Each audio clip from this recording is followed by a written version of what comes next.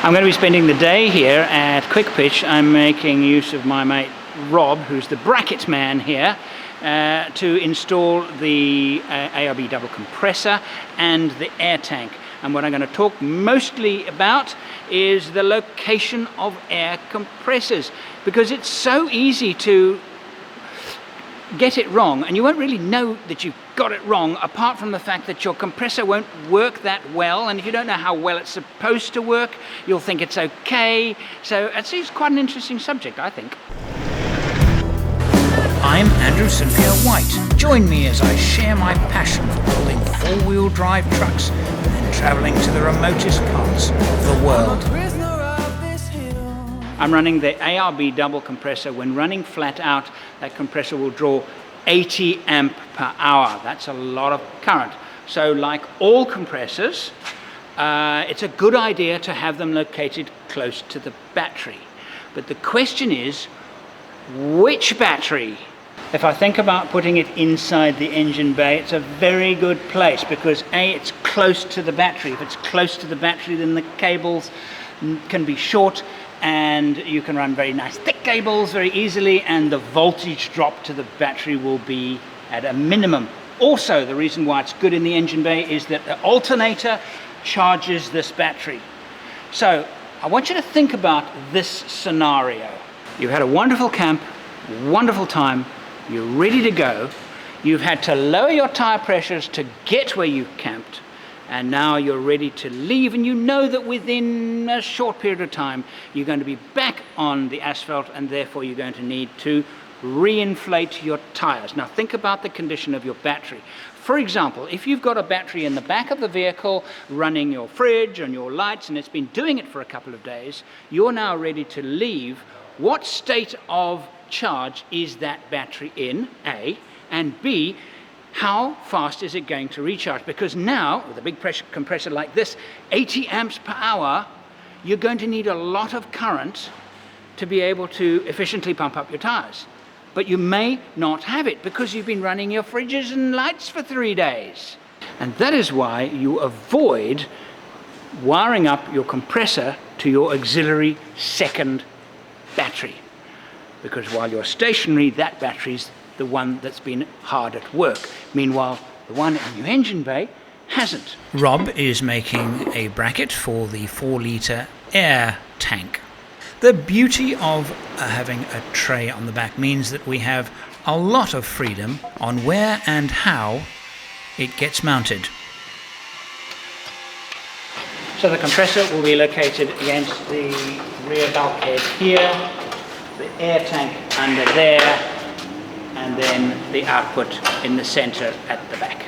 The next important decision is where to put the switch. Every time I'll get out of the car to reinflate, where am I going to be? I'm going to be here, then I'm going to go and get where my hose is, and I'm going to plug it in, and I'm going to start work. I'm always going to be here, aren't I? I think that the best place for a switch for a compressor is either on the compressor itself, if it's a handheld, or dashboard, but not just the dashboard. Because if I have to lean in to find it every time I need it, that's a pain. Surely one should have it close quarters here, so I can turn it off and turn it on from standing here. If the window's open, just standing there, and if it's not open, just open the door and it's right there. The switch that comes with the pump is a generic switch and looks like this, very familiar, you've seen those. These are rocker switches, nothing wrong with those, but because I'm going to fit it into a Toyota dashboard, I have bought separately the Toyota compatible switch. And there it is. I once said in one of my videos that I thought that the ARB double compressor was overkill. I actually take that back. I don't think it's overkill. Well, let's put it this way. If you were going to overkill on anything on a four-wheel drive, I'd probably overkill on the compressor system. Because A, double compressor, double the speed. Add a tank to it, I wouldn't say doubling it again, but maybe half again as much. I did tank. I can pump my tires up as fast as I can on a forecourt. Could I fit 2 tanks. I could fit 2 tanks! I could fit 2 tanks. No, this is ridiculous. No, that it is. You don't need 2 tanks. Who cares? Okay, I'm going to fit 2 tanks. I've decided to do that, but for now. Okay, so we've got double compressor, 2 tanks, so we're really, really fast. The switch should be easily accessible, and I think in the dashboard next to the opening, easy to get to is important because the wiring's already there, so why not? The receptacle, don't really need it at both front and back unless you're driving in convoys and you help other people out, then it'll be a nice idea. And the hosing is not expensive. Do it properly underneath with proper little C-clamps and do it well. No metal on metal contact. Those of you who have worked with air tanks will know that tanks collect water. And the reason for it is that every time air is compressed and then the pressure then drops, water vapor is released from the air because air at lower pressure can contain less water than air at high pressure. So what happens inside the tank is droplets form and eventually water collects at the bottom. So when connecting the air hose and you have a tank system, just let it run for a few seconds just to blow out any water that's inside the pipe. A little bit of it will come out of a tank, but a tank will always collect some water. So just know that. So if you're going to use the tank for other jobs like tools, working with tools or spray paint or anything like that, you must put a water trap to prevent that water contaminating your tools. Bending airlines, your radius shouldn't be more than about that. All right, because it's a natural, you'll feel it. If you're starting to have to, if you start feeling resistance, you're probably going to go a bit tight, because it will go tighter. The trouble is over time, you've got movement, you've got vibration, and if you've got too tight a diameter in that, it will fatigue there and it will eventually break and leak there. Lastly, when wiring up your compressor, this would be a good cable to use. Okay, that there and a lug like that. See, it's a nice cozy fit.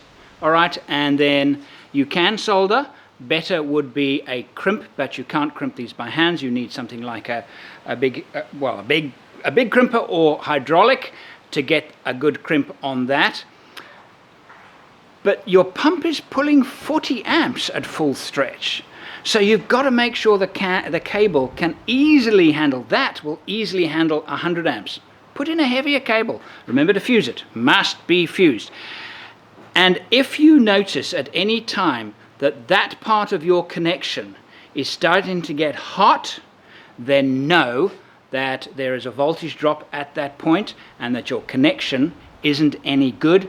Either your wire is too thin or your connection crimp stroke solder is a poor one and you need to make it a better one. So the compressor is mounted against the rear bulkhead and wired to my auxiliary batteries. You know, I've decided that this isn't a great idea. As much as I try and rationalize that it'll be okay because I've got lithium batteries, actually it's not okay. There will be a time when I too, even with my massive battery bank, will be short of electrical current when I set off after leaving a campsite. It's going to happen, but I still want to run it off the batteries, the lithium batteries, because the lithium batteries are going to give me maximum voltage right up until they're empty. If I take it from the starter battery along a cable, I'm going to get a voltage drop and I'm going to get lesser performance. It's not going to be bad performance, it's just not going to be as good. So the solution is to fit a switch between the cable on the battery to the panel at the back, and that switch takes the current to the panel at the back, which is operating everything else, or my compressor. It's a backup. There's only one problem with that if I forget to switch it over, after I start driving, the battery will not be feeding the charging systems. It will only be feeding the compressor, which is no longer needed.